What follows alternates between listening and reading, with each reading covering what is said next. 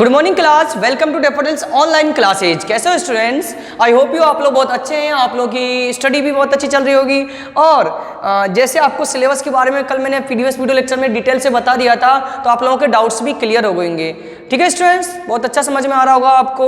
वो वीडियो मैंने जो आपको सिलेबस के ऊपर बनाया था, कोई भी डाउट्स वगैरह शायद मैंने उसमें क्लियर डाउट्स सभी क्लियर आपके हो गए होंगे साइंस सब्जेक्ट में। ठीक है स्टूडेंट्स, एक बात और, मैंने लास्ट की वो वीडियो लंबी हो जाती है इसलिए मैं कंप्लीट नहीं कर पाया था। उस मैं एक चीज़ और कहना चाहता हूँ, चैप्टर अपने भले ही कम हुए हैं, लेकिन जो चैप्टर आपके पास रह गए हैं उन चैप्टरों का वेटेज बढ़ गया है, अंक भार बढ़ गया है उसका।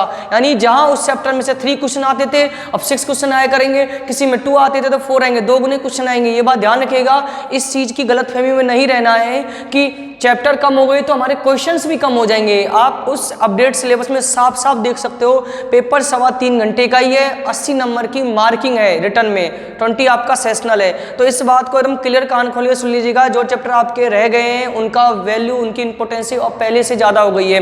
ठीक है स्टूडेंट्स, एक इन्फॉर्मेशन और, आप लोगों के बोर्ड फोरम चालू हो चुके हैं। ठीक है, तो स्टडी आप लोग और कंटिन्यू तेज करिए। आप लोग कोई बोर्ड फोरम भी चालू हो चुके हैं, सिलेबस भी आ गया है, अब कुछ बचा नहीं आप लोगों के लिए। तो आप लोग अपनी स्टडी को बहुत तेजी से तेज कर दीजिए अपनी स्टडी को। आपके पास ज़्यादा टाइम नहीं, 4 से 3-4 मंथ के लगभग आपके पास है। उसी में आपको जो भी रिवाइज्ड सिलेबस आया है उसको कंप्लीट करना भी है, रिवीजन भी करना है और आपको एग्जामिनेशन भी देना है। ठीक है स्टूडेंट्स, तो स्टडी को मेंटेन करके रखिए, स्पीड लाइए आप स्टडी में। पहले से सुस्त चल रहे थे, 6-7-8 महीने हो चुके हैं, अब सब चीज़ नॉर्मल हो चुका है। पहले की तरह आपका बोर्ड फोरम भी चालू हो गया है, सिलेबस भी आ गया है। रही स्कूल आने की बात, तो 1-2 दिन में आपको स्कूल भी आना आ जाओगे। ठीक है, नेक्स्ट, अभी जो चैप्टर चल रहा था चैप्टर नंबर 12, ये भी 6 नंबर का हो गया, पहले ये 4 का था, अब इसका वेटेज 6 हो गया है। तो इस चैप्टर को भी जहाँ तक मैंने पढ़ा दिया है वो तो ठीक है, अब जो पढ़ा रहा हूँ उसको ध्यान से सुनिए। ठीक है, और कोई समझ में नहीं आता है तो डाउट्स में अपन जब ऑफलाइन क्लासेज होगी तो अपन पढ़ेंगे दोबारा से। ठीक है स्टूडेंट्स, आइए चैप्टर नंबर 12 पेट्रोलियम पढ़ा दिया था, इसका लास्ट टॉपिक पेट्रोलियम चलेगा हमारा। पेज नंबर इंग्लिश मीडियम वाले 174 और हिंदी मीडियम अपने बुक देख लेना कौन से पेज नंबर पे हो आप लोग। Petroleum product topic number 12.5.2।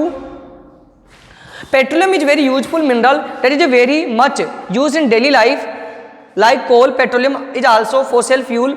It is also form coal due to the burying of vegetations and organism under earth and in long period of time because of extensive heat and pressure they get converted into coal and petroleum।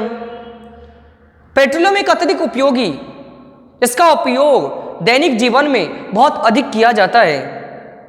कोयले की भांति petrol भी एक जीवाश्म ईंधन है, fossil fuel है। इसका निर्माण भी कोयले की तरह वनस्पतियों एवं जीव जंतु के पृथ्वी के नीचे दबने तथा कालांतर में उनके ऊपर उच्च दाब और ताप के आपतन के कारण हुआ है। ये हम क्लास 8th में भी जान चुके हैं, कैसे कोल बनाए, कैसे पेट्रोलियम बनाए, कैसे कोयला बनाए, कैसे पेट्रोलियम पदार्थ बने हैं।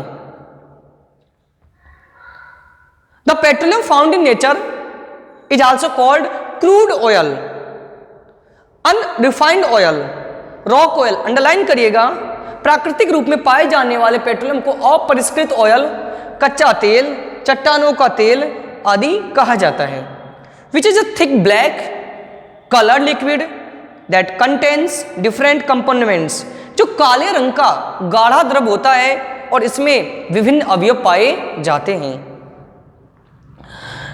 Next, these components are separated by the fractional distillation method. Underline करिएगा इसको, fractional distillation method class 8th में आप लोग पढ़ चुके हो, जिन्हें प्रवाजी आसवन द्वारा अलग अलग किया जाता है। याद है ना, अलग अलग टेम्परेचर पर अलग अलग प्रोडक्ट निकलता था, उसमें एक टेबल भी था जो आपको उसमें बोर्ड एग्जामिनेशन में भी आया था। By fractional distillation, petrol, diesel, kerosene, natural gas, Vaseline, lubricants and separated। Underline करिएगा, पेट्रोल, डीजल, केरोसिन, प्राकृतिक गैस, वेस्लिन, स्नैक आदि प्राप्त होते हैं। Coal and petroleum are fossil fuels which are non renewable resources of nature। These are formed in hundreds of years and their quantity in nature is limited। कोयला एवं petroleum जीवाश्म ईंधन है जो कि प्रकृति के अनवीकरणीय संसाधन हैं। इनका निर्माण भी सैकड़ों वर्ष, इनके निर्माण में सैकड़ों वर्ष लगते हैं और ये प्रकृति में सीमित मात्रा में है। If humans continue to use them indiscriminately, then the resources will end in the future. Therefore they should be use very prudently and judicially. अगर मानव इसी तरह इसका अंधाधुंध उपयोग करता रहा तो भविष्य में संसाधन समाप्त हो जाएंगे। Apart from this, non-conventional sources like air, water, and light should be used as an alternative, which are abundant in nature. Biogas can be used in place of natural gas. इसके अलावा गैर परंपरागत स्रोत वायु, प्रकाश, जल आदि का विकल्प के रूप में अधिक से अधिक प्रयोग करना चाहिए। हम इनके वैकल्पिक स्रोत जो अल्टरनेटिव रिसोर्सेज हम उनका भी उपयोग कर सकते हैं, क्योंकि ये सब चीजें हमारे पास अनलिमिटेड है। चाहे एयर हुआ, चाहे वाटर हुआ, सनलाइट हुआ, प्राकृतिक गैस पे। And biogas is used to place of natural gas.